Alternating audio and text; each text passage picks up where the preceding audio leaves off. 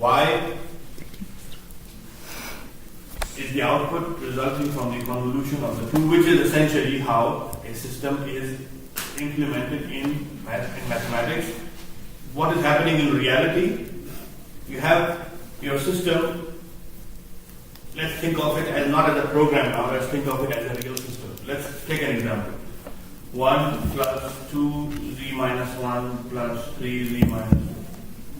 We saw that even, I think, last lecture as well. That's just a sample equation. Let's say this is my filter. It's not a correct filter, but just assuming, just to let you know how it works. What will be its equivalent, let's say, in the hardware? I have an input that comes in. I have to put it in an adder. The adder circuit is built with an op amp.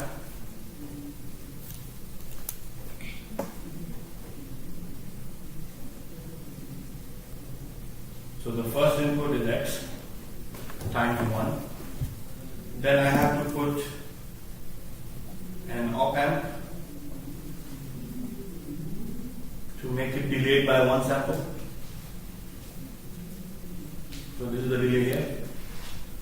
I have to put some resistance to make it this multiplier possible.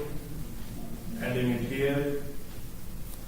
Then I need another delay z minus 2 of this signal here. Then I take another multiplier 3. This is what I call the adder circuit, addition of the signals. So this is now this is just the clock for the delay. That's like the sampling clock, and then this is the input. Now, if you think of this system in real world with a hardware, all you have to do is just apply a signal here, and it will provide you with the output. Right? This is how we have seen the hardware to work. However, there's a big difference between this hardware and the concept of hardware that you have in mind. If you give the signal, you start getting the output. This one has delays involved. There are 2 delays because of the op amps. So your system will start giving you the signals only after it has 1 sample, second sample, third sample. So current sample and the 2 previous samples, once we have that, only then we start getting the signal output. Which means, like as if something is not really coming out directly. It's not like the water tap. As soon as you open the tap, water starts coming. It doesn't happen like that. Imagine if this was a scenario to understand with water. You turn it on and the water starts coming after some time. Okay? So that sometimes is because of the delay. Something getting in, something is being processed and then coming out as an output. Okay. Mathematically speaking, this will be as if this signal is being worked at by your filter. Okay, the filter is small in length, only 3 coefficients, 3 samples will be needed, but the signal has too many samples, too many points. So the filter will work on the first 3 samples, then the next 3 samples, then the next 3 samples, and the next, and so on. So it will just continue like this. So 3 samples, 3 samples, 3 samples, 3 samples. This is exactly what convolution does. So when you apply mathematically your filter on a signal, you have to perform convolution, which is nothing but this equation. Under which condition it's better to do convolution? Under all conditions, this is the only way of implementing filter. Under all conditions, except if you have a previous knowledge of the Fourier transform of the signal. Is it possible to know this beforehand? Yes, Yes. like I said, in frequency it is a rectangle. So if you are getting a signal which is similar to a rectangular path, you have these signals in real life somewhere? No. Okay, man-made real life signals. The clocks, they are there. So if you want to see the effect of a filter on the clock of a motherboard,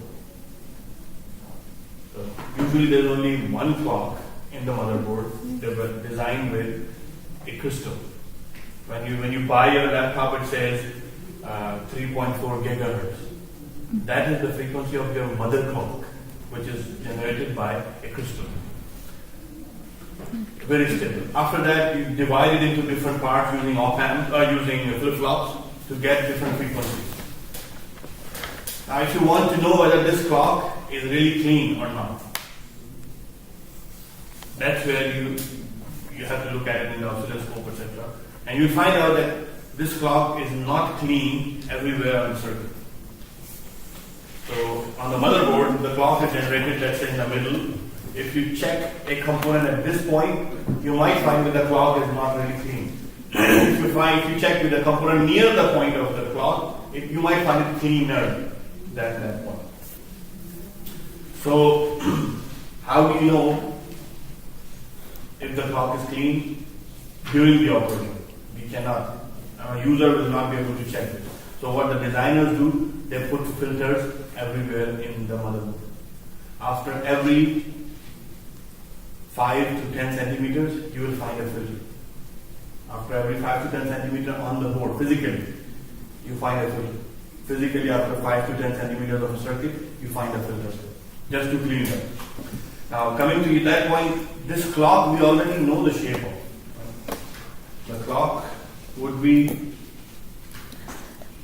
like this, a rectangular pulse train.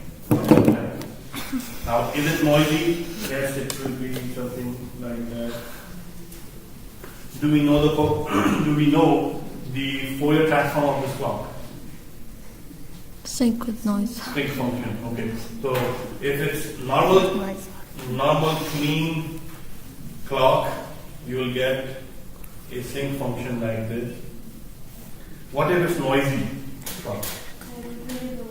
So what will happen, what will add to it is that these will become slightly bigger, called the side lobes. And the trailing lobes, these leaking lobes, they are too many. But the main information is here. This remains the same. And you know this from the beginning due to the design. You know this. So you already have the Fourier transform of the calculator. Say. You have filtered, you have designed it, you know the Fourier transform of that as well. At any point when you need to calculate the output, this signal, FFT is known, the filtered FFT is known, you calculate them by simple multiplication, pixel by pixel, and inverse calculation. Yeah. Which is... Well, why is the noise added only on the sides, not in the main thing? Okay, so... Which frequency is here in the middle?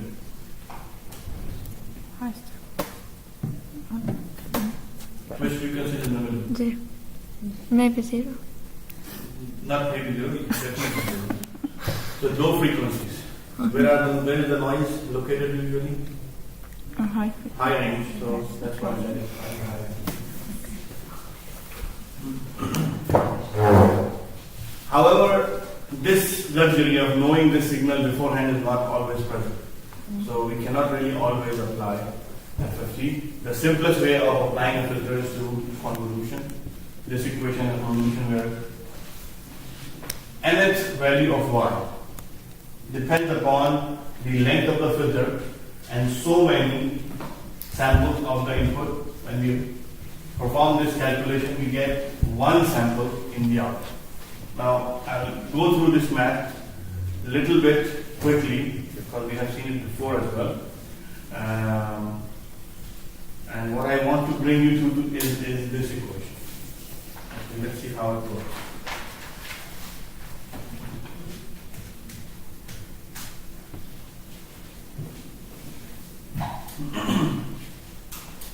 Basically, what we are saying is that we have a system which has input X, output Y. This is a filter H of length, whatever, maybe we can think of length M. M coefficients are present in this filter as we have designed. Now, there are three possibilities of the structure of this filter. Number one, your output might be a combination, a function of input only. Number 2, your output can be a function of your previous output only. So when I say X, I'm also implying that X or X minus. So this minus refers to previous sample. When you say this underscore minus, that is just a way to tell that these are all previous samples. You know, what should happen, we know from our basic knowledge of maths that if, let's say, this function is nothing but 2x, suppose. This block represents a function called 2x. If I give it 2 in the input, I'll get 4 in the output. If I give it 3, I'll get 6. If I give it 100, I'll get 200. Yes. This is point-to-point mapping. You give 1 point, you get 1 point in the output. But the filters are not like this. They have delays in them. So their output will not appear until you have some previous elements as well. Delay would mean that you need previous values of sample as well. So that's why these previous signs appear. So one possibility, your output can be a function of current input and previous input sample. Second possibility, your output is a function of only previous output functions, samples. And number 3, your output is a function of X minus and Y minus, combining all 3 together. So these are 3 different types of filter structures that we usually use. What is the first one? The first one The current input and is called MA, the moving average. You have seen this, how we calculate the moving average of a signal. Yes. Okay? So this is the thing. So all you need is a current point. I have a signal. I want to calculate this point. So I need to have this point, my X, previous point, previous point, previous point, previous. As many I need to go to this length M. But all previous point of the same input, and I calculated separately. Now, this one is similar to this, except that this is called moving average because the input signal and the output signal are 2 different signals. Sometimes we don't have this luxury, and that was the question in that famous homework. You have to go back in time of the same signal to come up with your current signal. This is called AR, auto regression. Regress. The meaning of regress is in English, this is a strange word. Regression means to slow something down, to push something back, or to go back. Regress. Okay. You are going back in time with on the same signal to get the new value of the same signal. It looks very similar to moving average, except that moving average goes in the forward time. Auto regression goes in the negative time where we stand. A better combination is this one, which combines both of them together. That's why it's called ARMA process.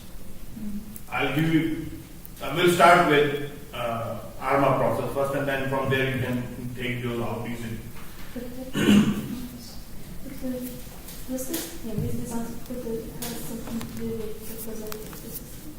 They have to be causal. All these, you cannot design a non-causal filter, unfortunately. The filter has to be causal, which means it will not produce any output until there is an input. Always. Okay, let's start with ARMA process, and you will see lots of math coming down your way. Okay, in the next 15 to 20 minutes. It will look, in the end, when you look at the page, it will look horrible. But as we go along, we will see that it's not really magic, it's an algorithm. I don't even remember what I'm going to write now, but I'll just follow an algorithm and you'll see how it works very, very nicely. So start with the ARMA process. No, we don't start? Don't start. ARMA process. So ARMA process is the one in which the current output depends upon current input and previous inputs and outputs. Okay. How are they different? So let's say y of n, or I should write y of n equal to. So it is a function of current input as well. Now I'm putting some coefficient. That's where we design the filter. So the coefficient structure will be very automatic as well. So V0 x of n. Our current output is a function of current input. That's what happens. Or you can see. No mouse. Plus the previous input samples. So they're okay. B1 x of n minus the delayed sample plus B2 x of n minus 2. How many do we need? It depends on your design. So plus NB x of n minus NB. I'm putting this B because I'm using B as coefficient within. Yes. Now the same system also depends on what?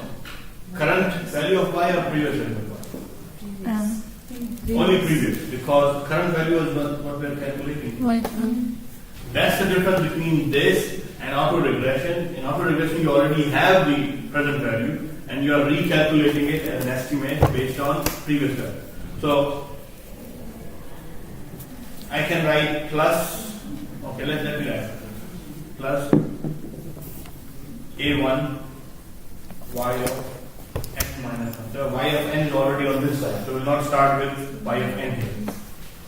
Plus A2 y of n minus 2 plus plus how long? Again, depending on your structure, a na y of n minus n. Any problem with this part so far? Yes. We're trying to spend the next 20 minutes as soon as 15 minutes. No, we're trying to develop the structure of our filter. For this is our filter structure. The ARMA model is our filter. You have done this, and after you see the result is what we call the IIR filter. Okay? And part of this that we will do calculation is also the FIR.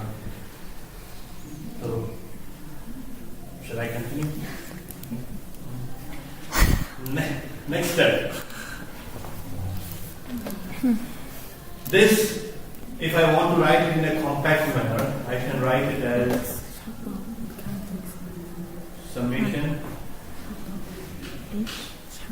bi x of n minus I for I equal to 0 to nb plus summation a I y of n minus I, where I starts from 1. look at this. Look at One. it. I starting from A1 n minus 1. So Hold on. I start from 1 here and goes to NA. This is what we call the ARMA structure. Now, how is it related to us? Doctor? Yeah. These summations, one of them for the previous x and one of them for the previous y, right? Yeah. So first x will. Say it again. It's x previous y, right? So it's current.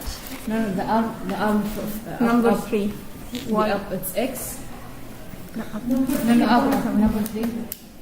I'm not getting Number 3, up. number Y equal The f process x1. depends on x and then x, previous x and previous yes, y, right? both. Okay. First x. When you put n equal to 0, Yeah, it's the I equal to 0, you okay. get x of n, that is the first x. Mm. N equal to 1 is the previous one. Okay. So because this one is starting from 0, Yeah, yeah. this one is starting from 1. That's So it. one is there. Okay. Alright, now let's see how we apply this in a slightly different way. Now I can write this equation again, but with little bit of change to make life slightly easier. I can write this with minus.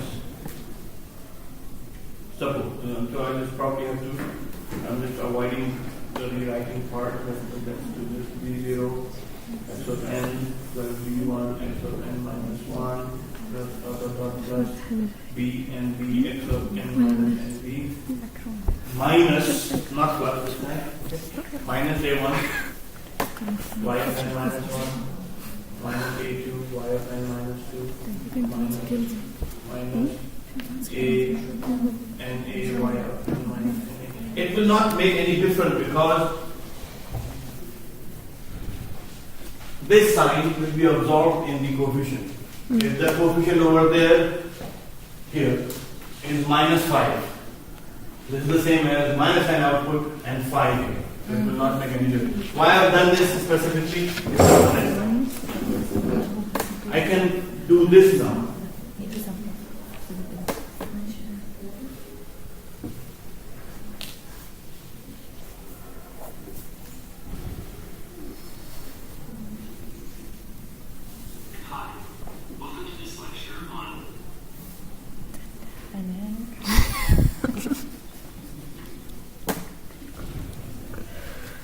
I'm really happy to see that you are so excited about this lecture, but this is another lecture at the same time.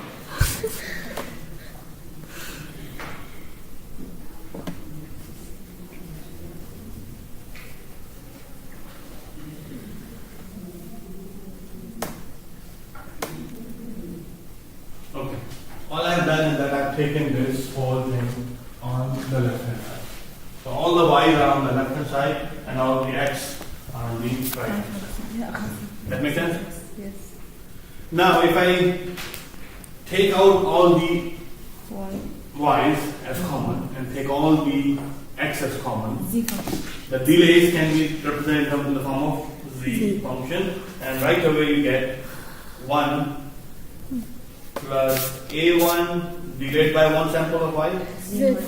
So what I'm trying to do, I'm taking out my y sample out.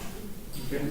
We call it y of z this time because we'll be writing in the form of z. a1 z minus 1 plus a2 z minus 2 plus dot dot dot plus a and a z to the minus and a equal to Y over x. Over x.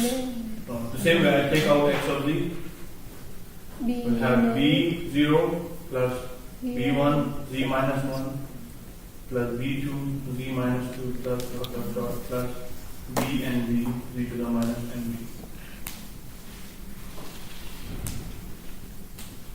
Like I said, if you go back to this page again, it looks horrible.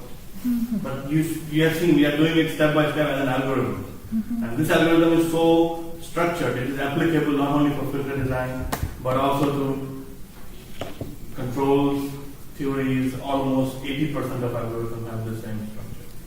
So it's just very, very powerful thing. Anyway, let's go next step. Now what we can do is calculate this thing.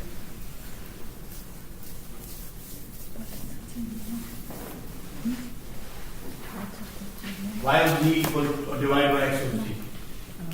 What is this actually? You know, It's transfer function. Okay, what does transfer function do? Define transfer function. You know why I was here to the transfer function. But what is the definition of this transfer?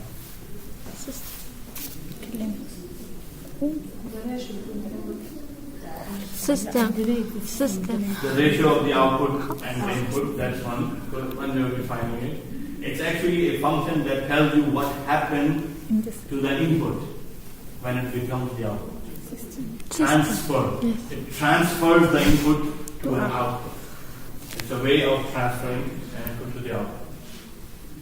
So, think of it as in practical scenario, you are invited for a dinner, right? Big party at your friend's place, wherever you are, very informal. You can go and eat a lot. So the transfer function of this party is what's going to transform you before the party and after the party. So one thing is that your weight will be more after the party because of so much food has been taken, etc. So that's a transfer function. You find how input has modified the output. Now here, if I write it down again, B0 plus B1 Z minus 1 plus dot dot dot B and B Z to the minus NB over 1 plus A1 Z minus 1 plus dot dot dot A and A Z minus NB. This is called, if it's a filter, it is called IIR filter. IIR, which has a numerator and a denominator both. If B0 is 1 and all other B's are 0, FIR. this becomes a which means the numerator just becomes 1. Nothing else. Numerator becomes 1 and denominator remains the same, then becomes an FIR. It's the opposite. I knew that this was coming. In FIR, when you have seen the equation, you don't see the ratio. Right? So when you have 1 here and you have all of these as they are, when you do the cross multiplication, what will you get? But not to the power minus 1. Which one? When they say it was inverse, because they said it was not to the power minus 1. It was by So it will only positive power. Yes. No, that's just a mathematical thing. It's still the same thing. Actually, what is happening is based on the delay, like this. Because of the ratio, right? Because the rules you see them.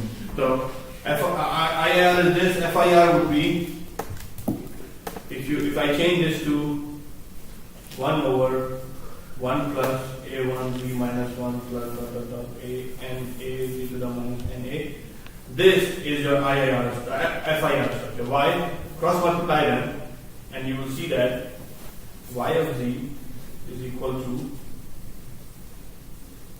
1 plus 1 plus A. 1 plus. Plus A1 plus 1.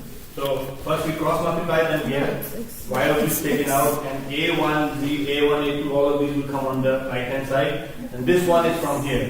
This one is here. Minus A1, Z minus 1, minus A2, Z minus 2, minus dot dot dot, minus A and A, Z minus and A. So no B. That's why you got confused. What is happening? This cannot be FIR because it has numerator and denominator. Numerator is only 1. There is no numerator. Now, if you look at this structure, I have to go back to one small piece of paper and just finish it up. This last structure, I have redirected, there was no space, I redirected. First thing is x of z, so y of z over x of z equal to 1 over 1 plus a1 b minus 1 plus a and a b minus n, right? To start from here, cross multiply. It's 1. Y of z 1 plus a1 b minus 1 plus dot dot dot plus a and a z to the minus na equal to x. X. Right? Then Divide. Then Divide. yeah, we can divide, or we can bring it back to time domain. To n domain. So this will become X. y of n plus A1 y of n minus 1 A and A y of n minus n A equal to x of n. And from here I can get y of n equal to x of n minus A1 y of n minus 1 minus A2 y of n minus 2 minus A and A y of n minus n.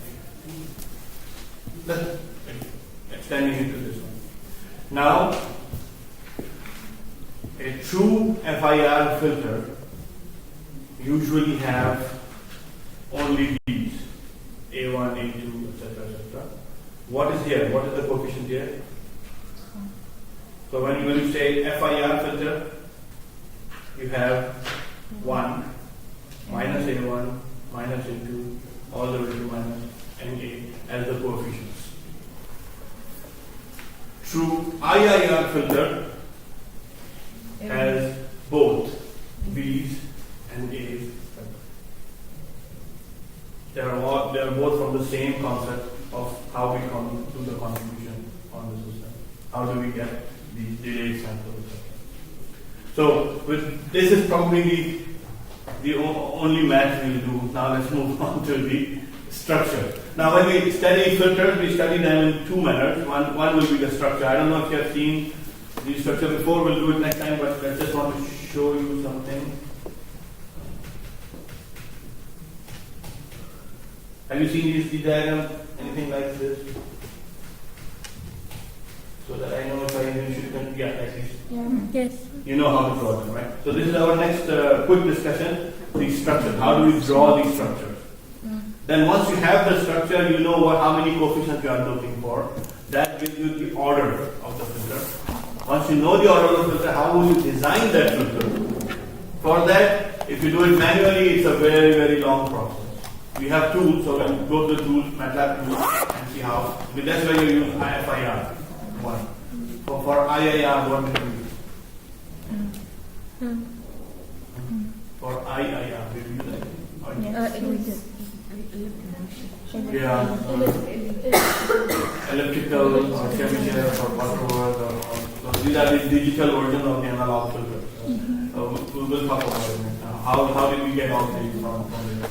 And ultimately, our goal is to get a system specification, get the coefficient, design the structure, and complete the system. So that will be our final goal, which will probably reach by next Sunday. So we need 2 lectures and 1 lecture for discussing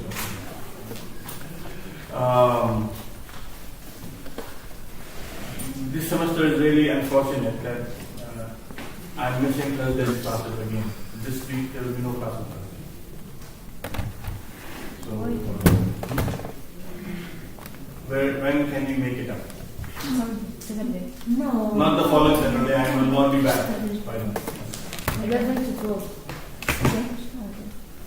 Wednesday, Monday. Wednesday, Monday, 11 to 12. لا ما ندخل.